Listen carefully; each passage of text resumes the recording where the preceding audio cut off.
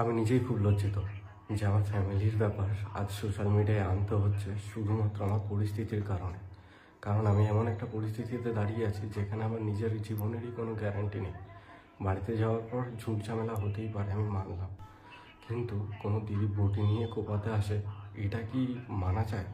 আমি তো কোনো স্বপ্নও ভাবিনি। আর এই সব আমার বাবা মা কী করে সাপোর্ট করে আমি এখনও বুঝতে পারি না। আর সেই সাপোর্ট করতে গিয়ে যে বটিটা দিয়ে আমি কূপ দিয়ে ওখান দিয়ে পালিয়ে এসেছি, সেই ব্লেমটা দিতেও আমার বাবা মা একবারও পিছু পা হাঁটেনি।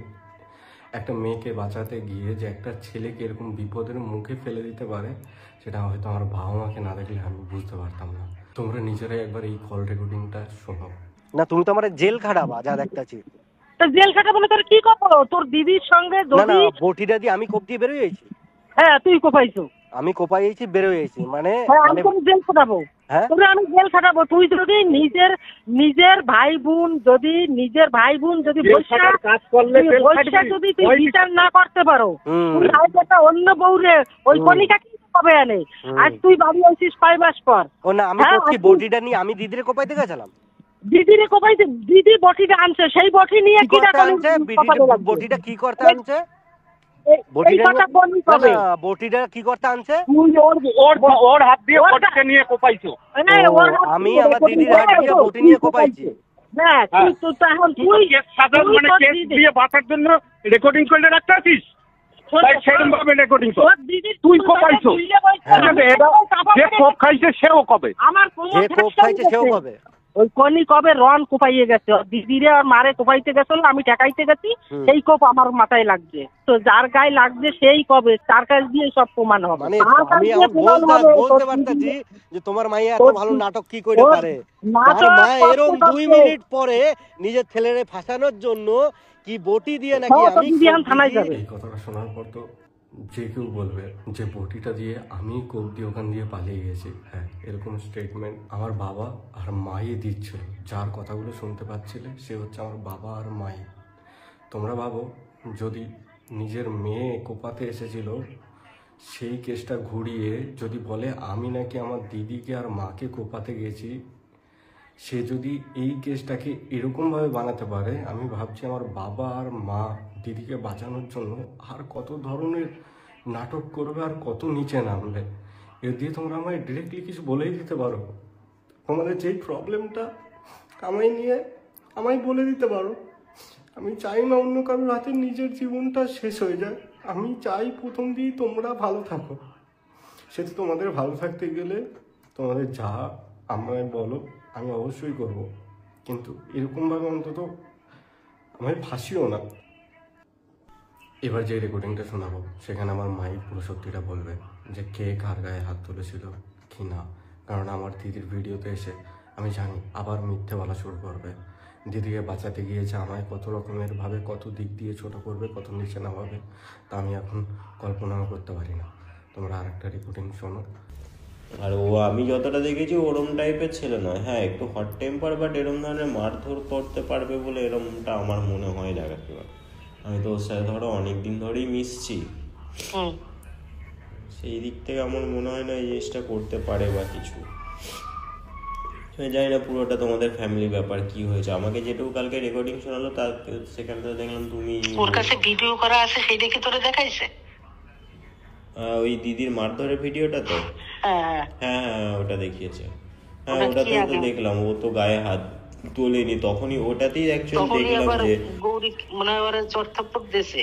দেনাই সেটা কখনো না, মনে হয় চট থাপ্পড় বা মুখে আঁচল যাই হয়েছে, দেওয়ার পরে তখনই গৌরীর চুলের মুঠি ধরেছে। ও আমাকে বলছিল কি বলতো, আমি নিজেকে বাঁচানোর জন্য ওটা করতে বাধ্য হয়েছি, কিছু করার ছিল না। নিজের বাঁচানোর জন্য মানে ওরে এমন কি মারছ ওর দিদি? ওর মার তুই চিনিস? ওরে মুখে যাচ্ছাতাই অবস্থা দেখলাম। যাচ্ছাতাই কি? আমার বাড়ি ছিল আমি জানি না, একটা দাগ পড়ছে মুখে। যাচ্ছাতাই মুখে আমি মলম লাগাইছি, কানে আমি মলম লাগাইছি, মুখে নখের একটা দাগ পড়ছে। আর যখন বাপনের ফোন নিয়ে টানাটানি হয়েছে সেই সময় কানে, ঠোঁটে, গালে যাচ্ছে তো অবস্থা ছিলে ছাড়া। কানে শোন, মুখে একটা দাগ পড়ছে, ঠোঁট ছেড়ছে, আর কানে আমারে যাইয়ে কইলো কানের দিকটাও নাকি ফুটো হয়েছে। যাই হোক, এই জায়গায় যখন ওর ফোন নিয়ে টানাটানি হয়েছে, ওর দিদিরও কামড়াই ধরছে, সেটা কি কইছে? হ্যাঁ, ও আমাকে বললো যে আমাকে নিজেকে বাঁচানোর জন্য আমাকে কিছু সেলফ ডিফেন্স মানে আমাকে তো কিছু স্টেপ নিতেই হবে, সেই জন্য আমি ঠেলে সরিয়ে দিয়েছি বা বাঁচানোর চেষ্টা করেছি। এবার ভাই বোনের মধ্যে মারধর হয়, এটা স্বাভাবিক কথা, তার জন্য বটি নিয়ে মারতে আসবে, এটা তো ঠিক হয়নি না। বটি দিয়ে মারতে গেছে, তোর কাছে ভিডিও আছে? ওর কোনো ভিডিও দেয়? কালকে রাতের রেকর্ডিং এ তো শুনলাম যে বটিটা নাকি রনি নিয়ে এসে কুপিয়েছে। না না না, যদি রাগের বসে যদি কোপটা পুড়েই যেত, যার গালে পড়েছে, ধরো গালটা তো শক্ত, এটাতে রনের গলাতেও পড়তে পারতো না, ভুল করেই হয়ে যেত হয়তো, তাহলে কি করতে হবে? রন কি ধারে ছিল নাকি রনের গলাতে পড়বে? পড়লো আমার গলায় পড়তো। কোথায় ছিল? হ্যালো হ্যালো, হ্যাঁ দিদি বলো। হ্যাঁ, তো আমি মানে এটাই বলতে চাইছি যে যদি এই যে তুমি যে কথাটা, মানে আমি ও পাশের ঘরে শুয়েছিলাম, আদো আদো শুনতে পেয়ে এসেছি এখানে, তার মধ্যে এই কথাটা আমি বেশ কয়েকবার শুনলাম যে দিদি বটি নিয়ে এসেছিল, সেইটা যদি সোশ্যাল মিডিয়াতে যায় বা রেস্টারদের হাতে যায় তাহলে কি করবে? কি করবে? রনের দিদিকে ছিঁড়ে খাবে? এখানে রন কি এমন অন্যায় করেছে যে বটি নিয়ে বেচারাকে মার খেতে? নাই, রনের হয়তো গৌরী করলে না, সব অন্যায় গৌরী, ওই সব অন্যায় করছে। তো দিদি তো কুপিয়েছে, বাপন তো আর কুপাইতে যায়নি। আমি কি বলছি? আমি তো বললাম যে বাপন উপায় নাই, আমি তো সেটা বলতে আছি। শোনো আমার কথা, শোনো, এরকম ধরনের কথাবার্তা। ও তো এটাও বলছিল যে ভিডিওটা দিয়ে ভিডিও বানাচ্ছে, সেই ফোনটাও আমি কিনে দিয়েছি। হ্যাঁ, ও তো আমাকে সবই কিনে দিয়েছে, ও আমাকে ফোন কিনে দিয়েছে, ও আমাকে মানে ওই তো আমাকে চালায়। হ্যাঁ দিয়েছে তো কি? এবার এই কথাগুলো সবই তুমি আমাকে পার্সোনালি বলতে পারো, এবার সেগুলো তো সোশ্যাল মিডিয়া করা উচিত নয় না। হ্যাঁ, সোশ্যাল মিডিয়ায় কথাই বলেছি। ওই যেটা খাবারটা রন পাঠিয়েছিল ওটা নিয়ে তো পোস্ট করেছিল, ওটা রনের মনে একটা কষ্ট রয়ে গেছে। কষ্ট ওর মনেই শুধু আছে রে ভাই, এইগুলো কষ্ট আছে। এইগুলো সবকিছু ঠিকঠাক করার জন্যই তো, আর আমিও মেয়ের ট্রেন টানি, আমার ওটা ছেলে। এইসব জিনিসে তোমার তো একটা জিনিস মাথায় রাখা উচিত ছিল, বটিটা তুমি কিভাবে ধরলে? তো তোমরা নিজেরাই শুনতে পেলে যে চর্তাপ্পটা দিদি আমায় প্রথম শুরু করে। তো আমার অপরাধ কি? আমার অপরাধ এটাই ছিল যে আমার ভাগনার জন্মদিনে আমার ভাগনা মামা বাড়ি গেছিল, মানে আমার বাড়িতে ও গেছিল, আর আমার ভাগনা যে আমার বাড়িতে আছে আর ওর জন্মদিন বলেই আমি আমার বাড়িতে গেছি। আর সেই আমার বাড়িতে যাওয়াটা যে এত বড় অপরাধ আমি নিজেও ভাবতে পারিনি। আমার নিজের হাতে বানানো বাড়ি, যেইখানে যাওয়াটা আমার অপরাধ। আমি এইগুলো আমায় ডিরেক্টলি বললেই হয়, এই সব এত কিছু করার কোনো দরকারই পড়ে না। আমার যথেষ্ট ক্ষমতা আছে, আমি নিজে 3 মাস ধরে ভাড়া থাকছি, নিজে রান্না করি, নিজে খাই, নিজে জামা প্যান্ট নিজে কাচি, তারপরেও আমি বাড়িতে কন্টিনিউ আমার ফ্যামিলিকে টাকা পাঠাই।